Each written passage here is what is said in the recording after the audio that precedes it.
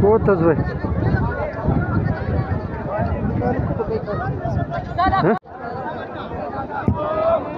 Adiós, Galito,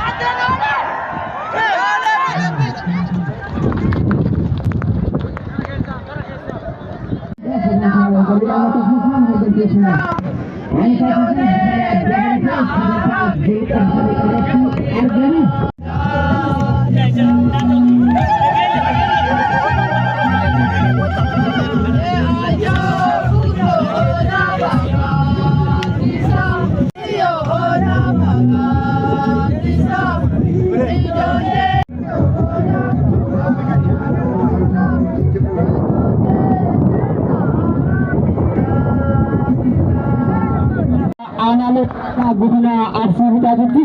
nasa kota kota ana gada basa sarati kegiatan mukaamnya sini cikgu aku masih arga bukan ketika goli gantitan enggak jatuh kira kepala tunar kemana jal kabirat begitu merasa kebetulan tampata judut gari judut nama judut walit tinggal di kita nisa akas mas hari ini cuma umuran oboruma jalala tukuna Mesha Malsudi,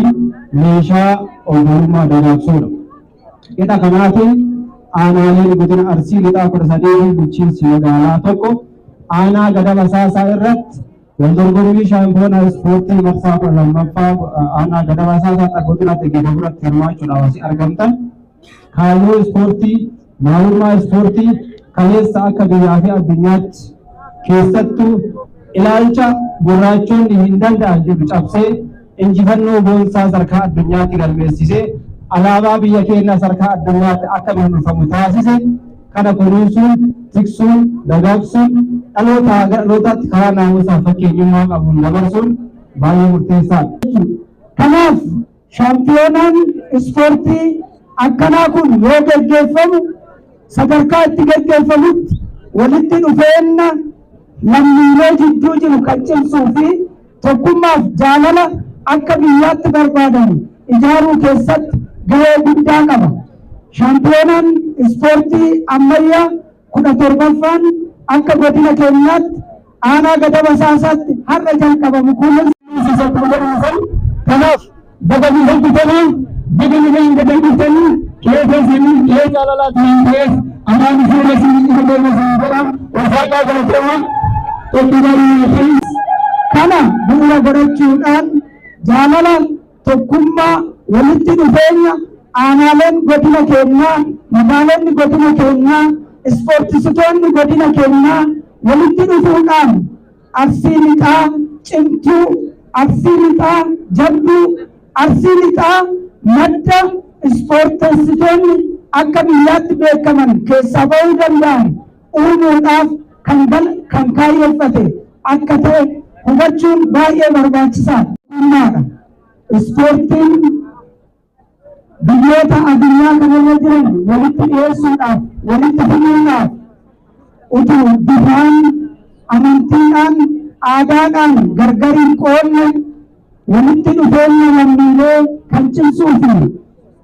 lammiin addunyaarra jiru dhalli namaa addunyaarra jiru tokkummaadhaan kan leellisu tokkummaadhaan kan dinqisiifatu tokkummaadhaan kan deeggaru tokkummaadhaan waliin kan itti dhaabbatu akka ta'e beekamaadha.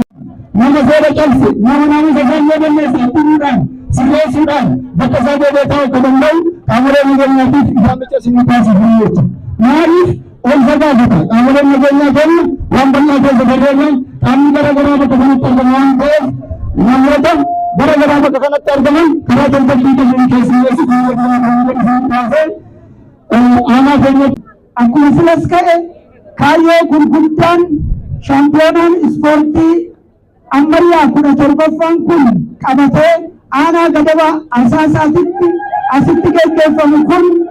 lafumaa ka'ee gadi ta'in kaayyoowwan gurguddaa galmoota gurguddaa qabatee asitti gaggeeffamaa jiru qaba. Inni tokkoffaan akkuma jenne arsiin lixaa godina nagayaan godina misoomaan godina waa hundaan karaa tasgabbii qabuun jijjiirama biyya kanaa utubaa turtu waan taateef ispoorteessitoonni ciccimoon godina kana bakka bu'anii shaampiyoonaa ammayyaa akka guutuu Oromiyaatti gaggeeffamu irratti hirmaachuudhaaf ispoorteessitoota qaxalee gosa ispoortii adda addaatiin kan irratti filannu kan itti adda baafannu kan ittiin akka Oromiyaatti dorgomnee sadarkaa keessatti hin gabnu qofa utuu hin taane Oromiyaa irra dabarree Itoophiyaadhaaf biyya keenyaaf ispoorteessitoota ciccimoo kan keessaa itti adda baafan itti calannu akka ta'e hubachuun baay'ee barbaachisaadha. Kana gaafa jennu ispoortiin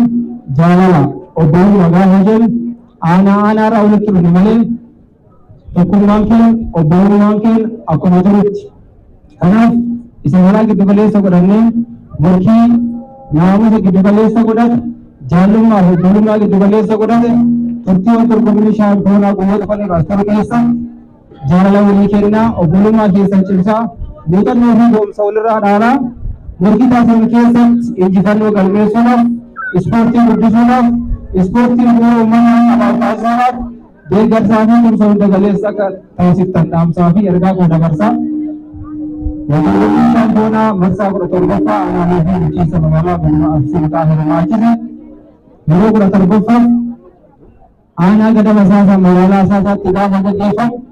uummanni aanaa Gada Basaasaa uummata jaalataa uummata hammataa ispoortii jaalatu ispoortii utamu ispoortii deeggaru akka ta'e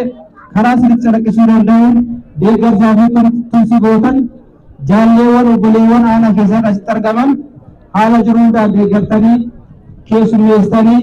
nageenyummaa isaanii keessummaa isaanii tiksitanii karaa milkaa'inaa fi fakkeenyummaa qabuun akka xumurtaan amma sirra deemee dhaamsa koo dabarsaa waliigalasaa itti aanaa bulchaa bulchiinsa godina Arsii Lixaa fi walitti qabaan godhee jira. Godina Arsii Lixaati uummata Oromooti obboleewwan walitti dhufu obboleewwan guddina tokkicha keessa jiru warra Oromiyaa utubuutu walitti dhufu dargaggeessi keenya kun miidhaan socho'ee jiru hin taane akkuma beekamu waan caafamtaasu deema kan fudhatuun aanaa tokko ta'e kan itti aanu naamusaan kabajamee akkuma beekamu aanaan Gada Basaasaa aanaa godina Arsii Lixaa keessaa isa tokko yoo taatu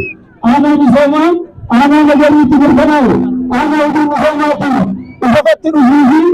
aanaa godina Arsii Lixaa utubee Oromiyaa kabachisiisee Itoophiyaa utubee jiraatu aanaa Gada Basaasaa baga nagaan dhuftanii aanaa dhufuu danda'ee baga nagaan dhuftan isin jedha. Itti aansuudhaan biyya irraa shaampiyoonii ispoortii ammayyaa aanaa kana irratti dabalamu. Laachisee ispoortiin akkuma beekamu tokkummaa jaalala kan ibsu waan ta'eef aanaa galiitti gaafa dhiisan aanaa misoomaa fi aanaa nagaatti gaafa kanan jedhu ispoortiin akkuma beekamu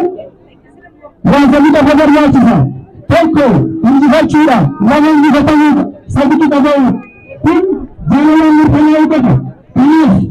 jaalattoonni ispoortii aanaa Gada Basaasaa bakka kanatti